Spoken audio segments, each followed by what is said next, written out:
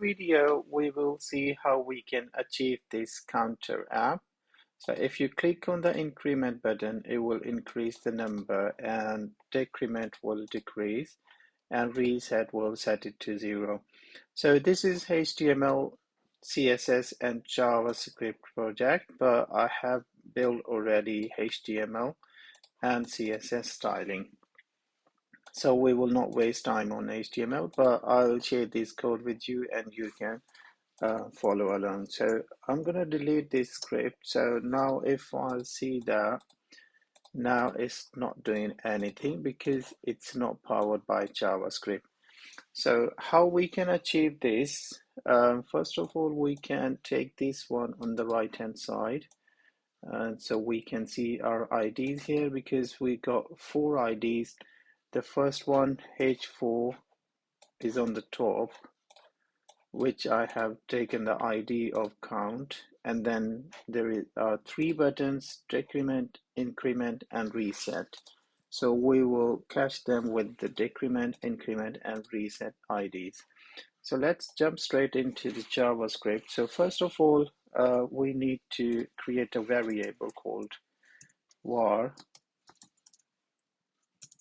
increment element for EL, and then document dot query selector, and then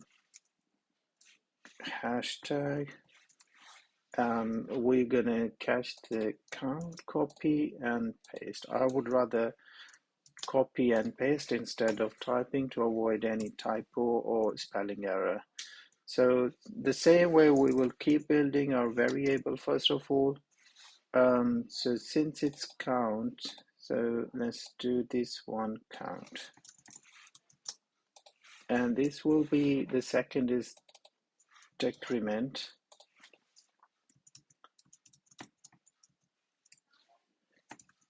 EL equal document dot query selector hashtag decrement. So we can copy that a couple of more times, and then we just need to change this one to increment. This will be increment, and then reset, reset, reset. So we've got control over those 4 IDs now. So these 3 buttons and this one, which is our main counter here, which will update when we will press that. It's not happening now because we still need to do functionality on it. So first of all, we'll create a function. Let's set the var count equals 0 just to start the process. And then we will create a function called set counter text, and after that the parentheses and then curly braces, and within the curly braces we're gonna catch this count.el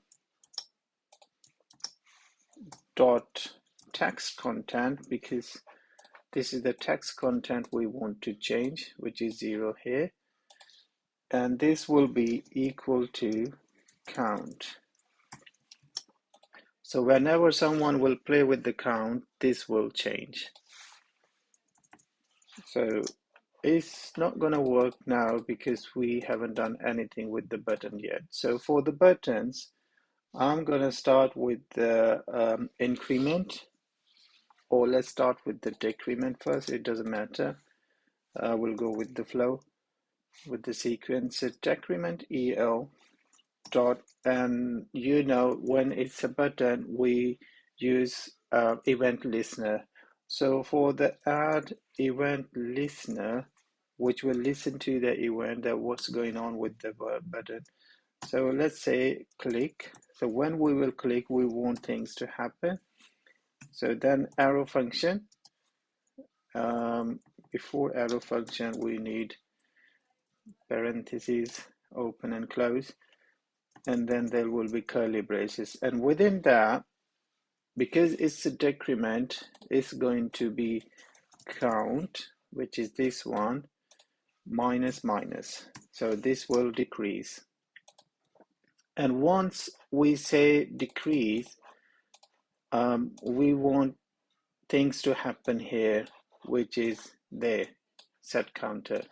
So we want this one, when we'll click, this function should trigger. So we copy this function and paste in there. So if someone will click on this one, you can see it's going backward to minus, and increment is not doing anything at the moment. So after that, we need to catch this increment. So it's a simple procedure. It's a very simple. We just copy the decrement, and then we'll change it to increment. Add event listener will be same, click will be same, and the function same, and the count minus minus, which is decreasing, but here we need to increase, and you know that plus plus will increase the counter. So this one going to minus, this one going to plus, but we don't want, we'll come back to it later, but let's reset the button. Reset is not doing anything at the moment. So the next step will be to activate the reset button. So again, we will catch the reset, which is reset EL. So update here, reset EL.